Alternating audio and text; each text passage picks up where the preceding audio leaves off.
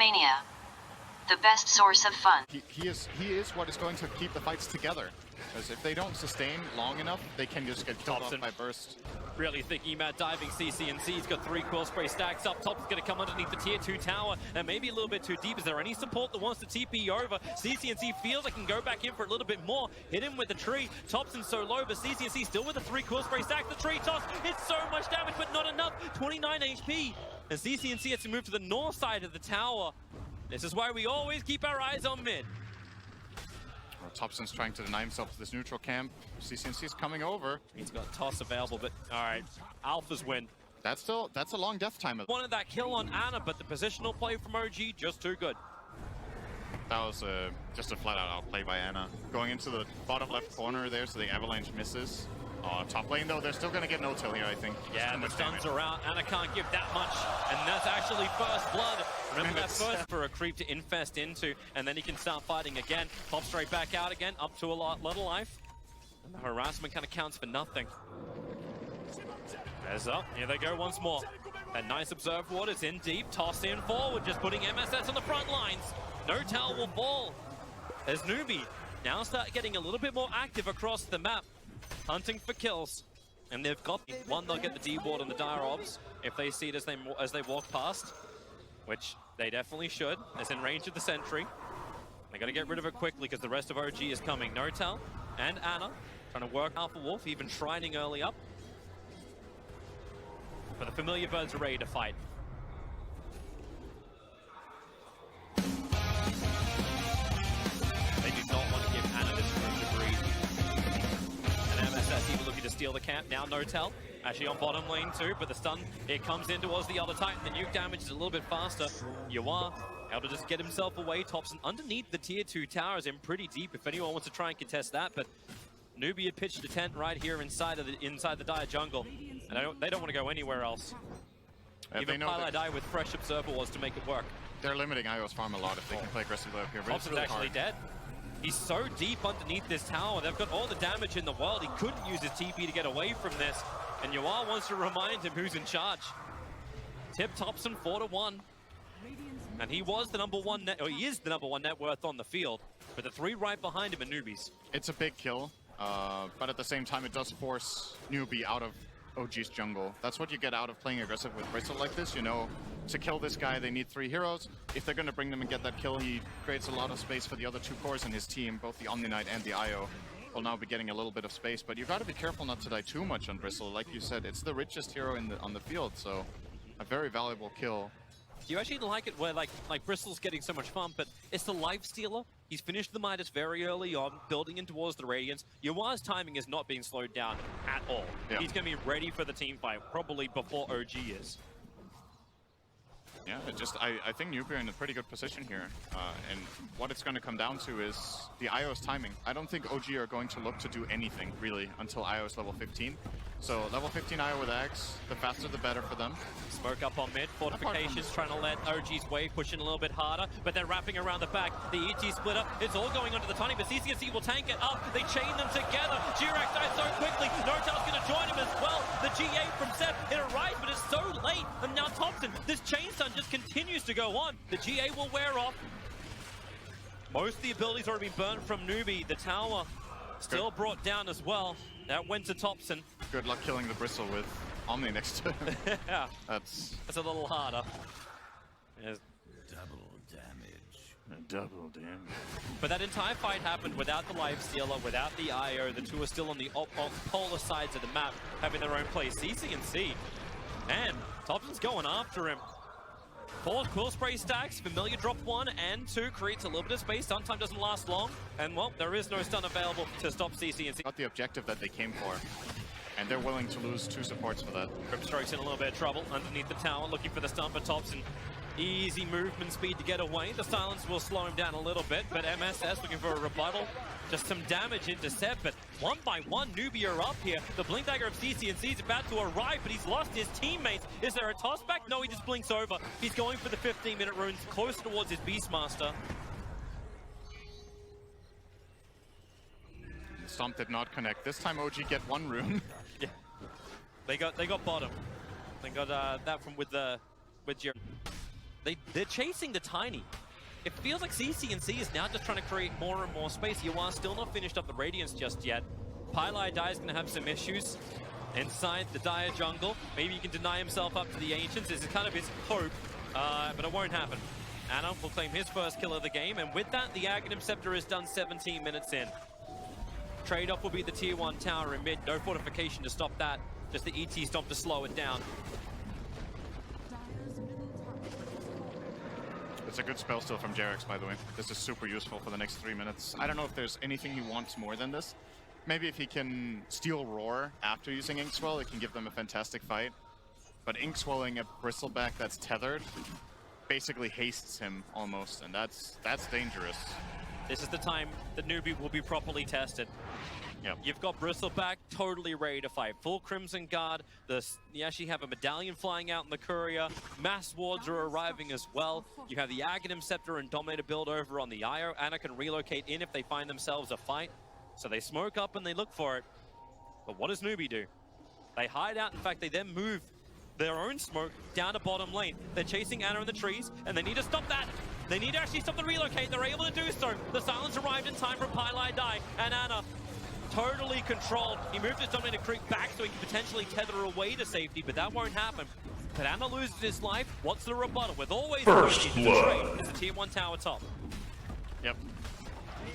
And there's no way they defend that from Newbee, but they're buying time, right? They need to get this Lifestealer his Radiance. Yep. Lifestealer has not really been much of a hero this game so far, as it usually is when you go the Radiance build. You need that time to build up. This top tier 1 tower, I don't think it's the biggest deal as long as you don't start losing map control completely. Oh, found a new target. Grimstroke is actually the Inkswell that Durax still had. Stunning up Lifestealer. Rage is available. He's got a creep wave to infest into, and he's got some problems. Thompson's moved in through the lane too. He needs a little bit more time. Who's he going to reach? A familiar? Is he going to reach anyone? They just have the Avalanche to create some space with MSS's stuns.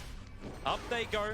Toss them away. Shrine's still on cooldown for the moment, but Yuan can get live straight out of the jungle. Oh, so you knew it would be pretty fast. Newbee can just go for a trade then. Is the Tier 1 tower on bottom lane for Roshan, that's all. But now it gets dangerous. I think OG will try to maybe even high ground with this, because they've hit this like insane timing now. Either they high ground now or they wait for the heart, which is probably going to take longer than the Aegis unless Ana has some ridiculous kill streak coming his way now. So they're chasing CCNC. His Blink's on cooldown. Paradise nearby. He'll give a little bit of extra help, but Tirax has the toss available. Doesn't even get the stun off through the Inkswell. Paradise TP out. Takes a little longer, but he'll be away.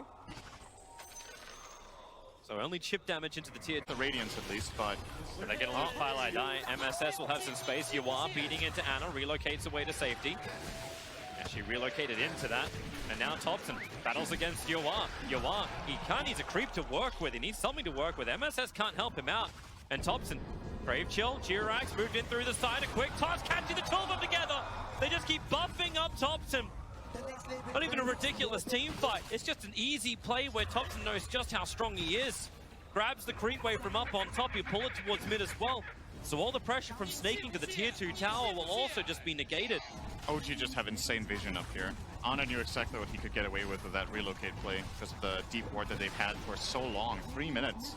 They've had this deep high ground ward in the Radiant top jungle. And it's high ground time. It is. 21 minutes in is the OG special.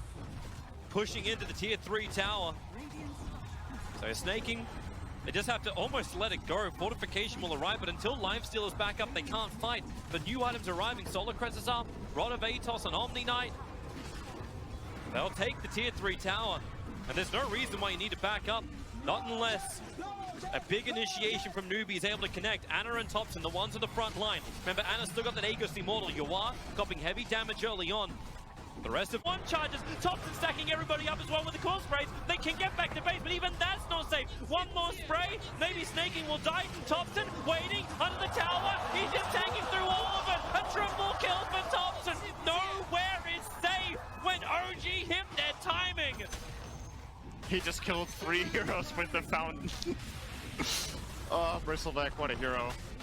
Beautiful play from OG there. I think it was an admirable attempt from CCNC to toss the IO into the tower.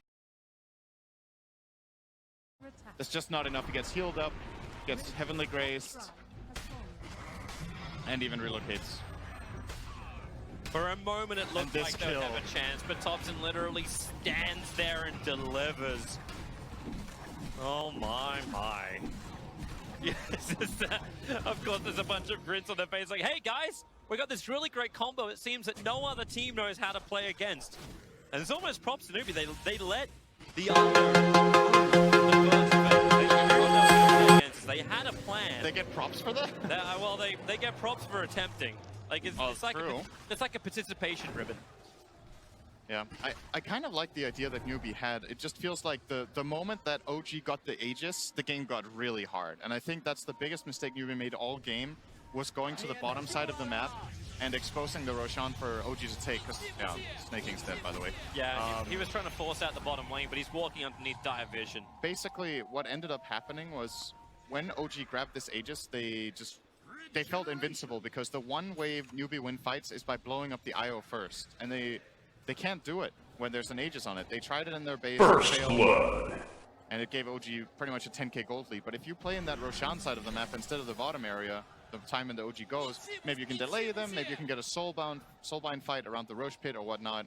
But it's just too easy when you give a Bristleback lineup with IO that Aegis for free. MSS now gonna work with Yawaz. It's a surprise. He was inside the familiar. That was a sexy play, actually. That was really nice. Now Seb's looking for a rebuttal. Yawaz, he's just gonna let MSS die. Nothing else that can be done about this. He can do some chip damage in the meantime, but Yawaz had to come back to base because Thompson's still here trying to pressure. They were not expecting that to be an infest play at all. Familiars used as transportation. Yep. And that's some classic Tinker stuff. Everywhere on the map you can go.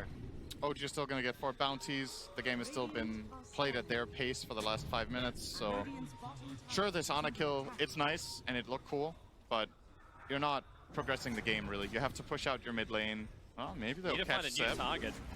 Access to flying out. Oh, Snaking. Does he want to roar on that? Probably not. Pylai dies. Think he better slow down. Instead, Snaking. Another boar up. CC&C. It's the Avalanche. Support's coming in. OG, they have chased way too far here, Newbee. OG owned a tier 2 tower. They have friends to help them out. The Soulbind connecting OG together. The Roar catching 2 Respect being pushed around to the side. But man, the Stomp from Notel, they just create more and more space. And where is this damage that Newbee was meant to have? It's not there. They should probably be very happy that the only person they lost was CC&C. Yeah, that could have gone a lot worse. The Omnia was just too fast with the phase boots. They just chase and chase too. Phase boots and drums. They eventually caught up to him, but they couldn't even get the toss back. Yeah, now Roar and Soulbind is down. You got a 50-second to a minute window of opportunity for OG to pressure in through bottom. And no Aegis Immortal, but they're about to get, with the Tower Death, it's going to be the heart on IO. Yeah, in the upcoming fight, the IO either had heart or a buyback. That's something else to keep in mind. Sure, maybe you don't have an Aegis, but you can still buyback relocate. Similar to how OG played their Spectre last year. They love playing this hero that can buyback and reconnect to the fight. And this is the only other hero in the game they can put on except Nature's Prophet. Maybe that's the next one he'll play carry. Who knows? But yeah, he's getting the heart. This kill is ridiculously difficult to jump in, toss back. They found themselves a target, but Bristleback with a fresh Assault Cuirass. That's a lot of life and armor they have to get through. Yawaz giving it a shot. OG have come in deep. CC&C once again just stunned up for control from the back line, trying to create more space. He'll be the first one to die here. The Roar is finally out, but for what avail? Nothing is really going here. And Thompson, he's the man that's going into the fountain once again. Bathe in the glory of the Radiant. Thompson, he just does not give a crap. Anna will give all the life. This is just fountain farming. Gee, you got it. This is soul breaking. GG. Okay. Get home and we smacked through the door and delivered it anyway. What is that?